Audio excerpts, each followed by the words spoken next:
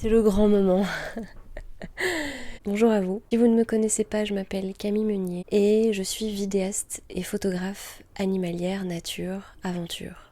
Aujourd'hui, j'ai quelque chose de très important à vous dire et je ne vais pas faire durer le suspense parce que ça sert à rien. Je veux réaliser quelque chose depuis très longtemps. Ce quelque chose, c'est un film. Voilà. Je veux réaliser mon tout premier film. Si vous avez suivi mes dernières vidéos, je vous en parlais un petit peu, je vous parlais que c'était un de mes rêves depuis des années de faire un film et que je ne vous en parlerai que quand ce serait réellement concret et que j'aurais vraiment quelque chose à vous expliquer. Ce jour est arrivé, c'est aujourd'hui. Donc allons-y. Rentrez à l'intérieur de mon univers avec moi si ça vous dit. La nature est incroyable. Tout commence dans les années 2013-2014, quand je décide de faire des études de cinéma à Bruxelles. Je découvre le documentaire, en règle générale. Pas tout de suite le documentaire animalier, ça arrive après. Mais je décide quand même de quitter mes études pour partir pendant un peu moins d'un an en Australie. En Australie, je découvre la beauté de la nature, évidemment. À mon retour, je décide donc de faire un stage en vidéo animalière et je découvre le métier de vidéaste animalier. Et là, je tombe littéralement amoureuse du métier. Et du coup, je me mets à faire des vidéos sur YouTube où je parle de nature, où je parle d'animaux sauvages, mais pas que. Je parle aussi d'un mode de vie un petit peu alternatif dans une tiny house. Je parle aussi de van life, je parle de tout un tas de choses. Mais dans mon cœur, il y a surtout cette envie de réaliser mon premier moyen-métrage. Et au bout d'une 60aine de courts-métrages que je fais sur ma chaîne, je me dis aujourd'hui, et si je me lançais ? Ce film, il sera 100% gratuit et il sera disponible tout simplement sur ma chaîne YouTube. Mais qui dit 100% gratuit, dit pas vraiment de recettes sur le film.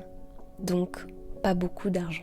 Et j'ai longtemps cherché à faire ce projet de film avec des aides extérieures, des boîtes de production, des structures qui viennent aider les réalisateurs, les réalisatrices à créer leur film et à le tourner, à le monter, etc. À le financer aussi. Et ça n'a jamais abouti. Ça n'a jamais abouti simplement parce que je n'ai pas de premier film à montrer. J'ai pas vraiment de premier film à dire voilà ce que je peux faire, faites-moi confiance. Et du coup, c'est un petit peu compliqué d'avoir les financements dans ces cas-là. Honnêtement, aujourd'hui, je me retrouve face à ça et je me dis, les seules personnes qui peuvent vraiment me faire confiance, c'est vous. C'est vous qui connaissez mon travail, qui connaissez mes ambitions, ce que j'ai envie de partager avec de la douceur, avec de la sensibilité, avec de la poésie. Le budget du film est de 40 000 €. Pouvoir financer ce film, étant donné que je ne peux pas compter sur des boîtes de production ou sur des structures extérieures, ce dimanche 1er octobre, j'ai sorti un financement participatif sur le site KissKissBankBank. Et ce financement, il est à hauteur de 25 000 €. Parce qu'avec ces 25 000 €, je pense pouvoir commencer à réaliser ce film. Et pour faire ce film,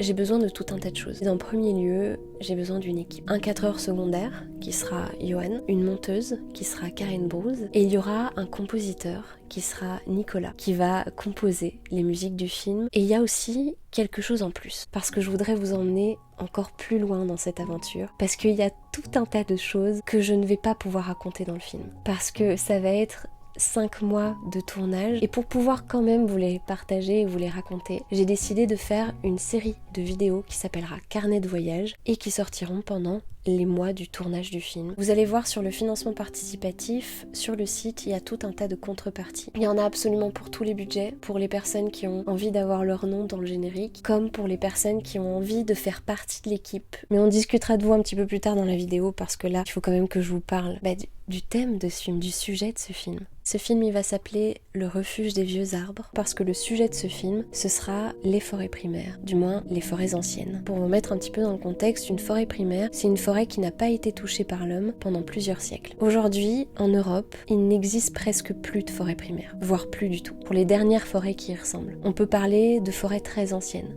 de forêts presque intactes, et ces forêts, je vais aller les voir.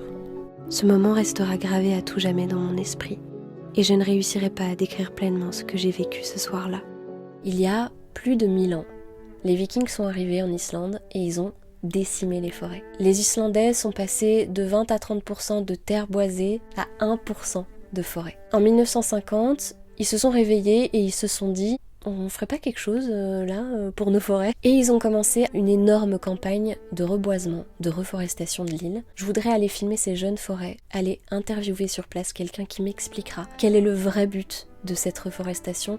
Est-ce qu'il y a un but simplement économique, ou peut-être qu'ils ont le projet d'avoir certaines zones qui sont laissées vraiment en libre évolution pour imaginer retrouver leurs anciennes forêts. Après ça, je voudrais me diriger vers le nord-ouest de l'Islande pour aller sur une péninsule sur laquelle j'ai déjà été il y a quelques années. Et si vous avez vu Purement Sauvage, mon petit court-métrage que j'avais fait à l'époque, vous savez à quel point cette presqu'île m'a bouleversée. Et aujourd'hui, je voudrais y retourner pour pouvoir témoigner de ce qui se passe quand on laisse la nature faire, parce que c'est un espace qui est une réserve naturelle qui était habitée avant 1950 et qui a été complètement vidé de ses habitants, étant donné que la vie était très très rude et très compliquée. Mais continuons l'histoire. Au nord de la Finlande, il y a des traces de forêt primaire. Et j'aimerais y aller pour justement témoigner des merveilles qu'il y a dans les forêts primaires. Ensuite, j'aimerais redescendre et aller dans une forêt entre la Pologne et la Biélorussie. Et cette forêt, c'est apparemment la dernière forêt primaire d'Europe. Je dirais que c'est une forêt qui est très ancienne et qui a certainement des endroits qui sont des espaces primaire, sachant qu'il y a aussi des bisons d'Europe qui ont été réintroduits dans cet espace, et j'aimerais aussi, si j'y arrive, les filmer. Il y aura plusieurs scientifiques et des spécialistes de la forêt primaire qui viendront vraiment me parler du savoir des forêts très anciennes, qui viendront témoigner de leur pouvoir, de leurs promesses pour notre avenir, de tout un tas de choses que j'ai vraiment hâte de découvrir et de vous partager, parce que je sens que ça va être magnifique. Maintenant, si vous avez envie de faire un gros pas en avant et de venir avec moi pour me soutenir dans cette magnifique aventure, j'ai tellement hâte de pouvoir vraiment commencer à me plonger à l'intérieur de cette histoire. Si vous avez envie de me soutenir, le financement est là, le lien est en description. Je vous invite à le faire aussi, à mettre un petit like, à mettre un petit commentaire en partageant cette vidéo. Ça fera en sorte que la vidéo soit le plus vue possible. Bref, vous avez compris. Je vous dis à très bientôt dans quelques jours, parce qu'on va commencer les vlogs d'automne dans quelques jours. Et pendant tout le mois d'octobre, on sera ensemble 2 fois par semaine. Donc je vais pouvoir vraiment vous partager mon quotidien. Ça va être génial aussi. Je vous embrasse encore une fois et je vous dis à très bientôt dans une prochaine vidéo. Salut!